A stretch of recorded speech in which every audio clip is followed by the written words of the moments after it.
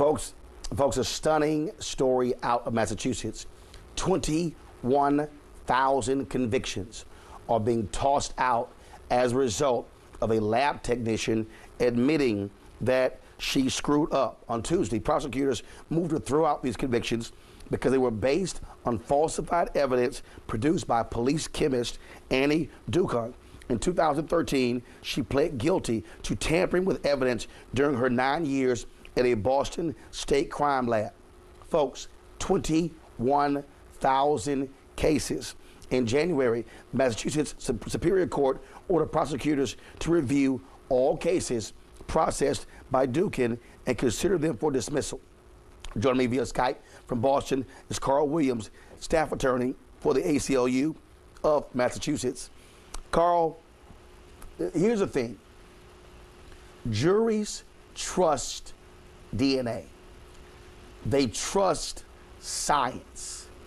And when you have a case like this, where this chemist admits to tampering with evidence, I mean, this is egregious, and what it does is it casts doubt again on our judicial system. That's exactly right. And over 21,000 cases. If you think how many families and how many people in our Commonwealth that affects, if you think all those people have families, all those people have mothers and brothers and sisters, this is really an enormous part of our Commonwealth. And I think an important part of that is a lot of it is 60% of these people were people who used drugs. People who were addicted to drugs, people who use drugs. And ultimately what this really is part of the tragically flawed war on drugs. Okay, why did she say she tampered with the evidence?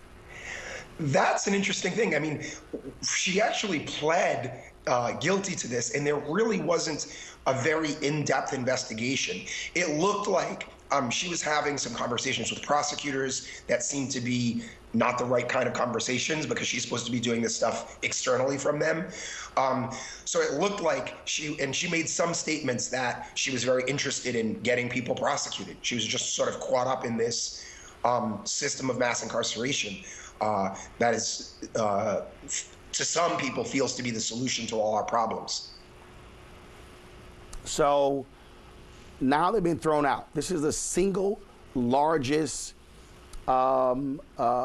example of cases being dismissed in American history. That's our understanding. Largest number of criminal cases dismissed as a result of our filing. And I'll just say, the district attorneys fought us at every step on this. So 5 years ago, we made a statement, the ACLU of Massachusetts said, you need to dismiss these cases. That didn't happen. 2 years after that, we filed suit in the Supreme Judicial Court, our state Supreme Court. And we filed, since then, hundreds of papers. My coworkers, my legal director, my coworker Adriana Lafai, filed hundreds, and some other folks that worked with us filed hundreds of papers.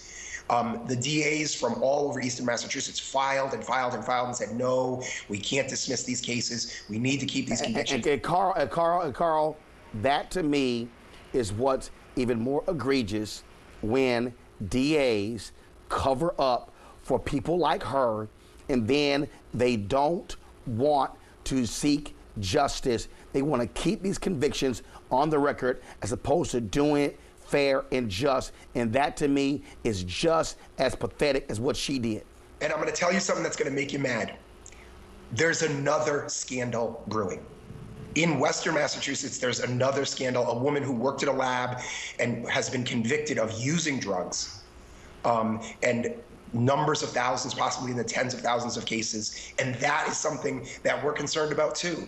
And to me, this is just another, I think when we have a war on drugs and this rush to incarcerate, poor black and brown people, what it looks like when you go to the prisons, and we go to the prisons, it's inevitable that you'll have situations like this. But the other thing that's inevitable is that the ACLU and our friends and allies and people who care about freedom and justice are going to fight like hell against this. All right, Carl Williams with the ACLU. Thanks for your great work. We appreciate it. Thanks a lot. Thank you. Real quick, I want to go to my panel here. And Kim, I'm going to start with you. This is a fundamental problem when people ripped the ACLU, they ripped the NAACP, they ripped the Lawyers Committee for Civil Rights, but this is why they exist. And when you have DAs who fight this, how are we supposed to trust a system when they knew that this was wrong? Okay, so 21,000 cases were compromised during this. Let's be real. When you go to a crime scene, basically, and there's drugs involved, they bag it, they tag it, and they photograph it right there. Usually people are convicted before the lab results even come back. So if you're telling me that this chemist and this is so important, are there going to be people that come up forward and say, look, I was convicted before my lab results come back. Can I get another case? It's just not that important. Stop. Kim, are you literally sitting here excusing this woman tampering with evidence? I'm not excusing tampering with evidence. What I'm saying is there are many cases that don't even wait for the lab results when people are convicted of these crimes. So now all of a sudden these chemists are that important? In 21,000 cases? I don't think so. Okay, I'm sorry. Angela, go ahead.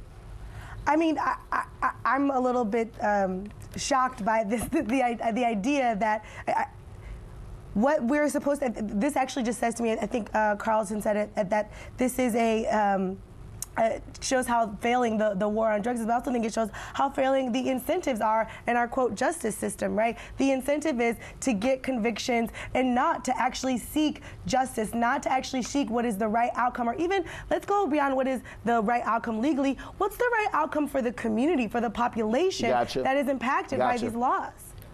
Ray? Yeah, real quick, Roland. The thing that's terrible about this is that, as Carlton said, so many people have to put their lives back together again after this, and all they get is a my bad. And they will seriously be expected to get up, put their lives back together, and move forward despite having challenges facing housing, despite having challenges getting access to federal grants for various business opportunities, bank loans, and tons of things, because they have felony convictions on their record. Those folks who have gone in, served their time, and come back home, that has not been expunged. So even the 21,000 cases that have been thrown out don't tend to those folks.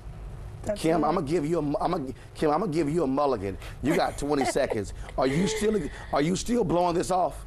I am. There's no way there's 21,000 cases compromised. I'm done. The fact that you blowing it off tells me you don't care about justice at all. This is liberal judges. After the fact. Okay, I'm done. I appreciate y'all. Thanks a bunch. A peaceful protest turned deadly. 37-year-old black man was shot and killed by Baton Rouge police. His hands are in the air, and you still get shot by the cops. Oh my God, please don't tell me he's dead. We're not gonna let hate define us. Race is a big part of this. If truly all lives matter, then all lives need to matter equally. What we require is action. What we require is accountability. We understand that black lives do matter, and we will keep focused on this issue. NewsOne Now, every weekday morning at 7 on TV1.